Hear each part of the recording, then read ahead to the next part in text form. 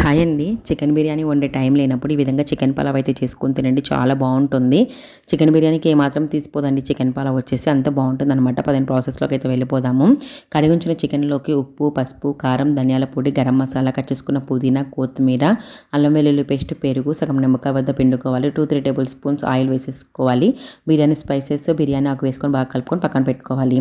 Stove వెలిగించి గిన్నె పెట్టేసి 2-3 table spoons oil, 1 table spoon నెయ్యి వేసుకొని బిర్యానీ ఆకు, బిర్యానీ స్పైసెస్, కట్ చేసుకున్న పచ్చిమిర్చి, ఉల్లిపాయ వేసుకోవాలి. 1 టేబుల్ స్పూన్ అల్లం వెల్లుల్లి పేస్ట్ వేసుకొని దూరగా ఫ్రై చేసుకోవాలి.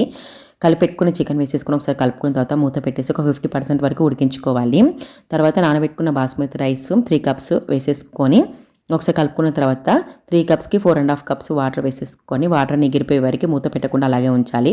వాటర్ ఎగిరిపోయిన తర్వాత మూత పెట్టేసి ఒక 8 నుంచి 10 నిమిషాల వరకు సిమ్లోనే ఉడికించుకుంటే ఎంతో టేస్టీగా ఉండే చికెన్ పలావ్ అయితే రెడీ అయిపోయిందండి. చాలా బాగుంటుందండి. మీరు కూడా ట్రై చేసి ఎలా వచ్చిందో కామెంట్లో చెప్పండి. Thanks for watching. బాయ్.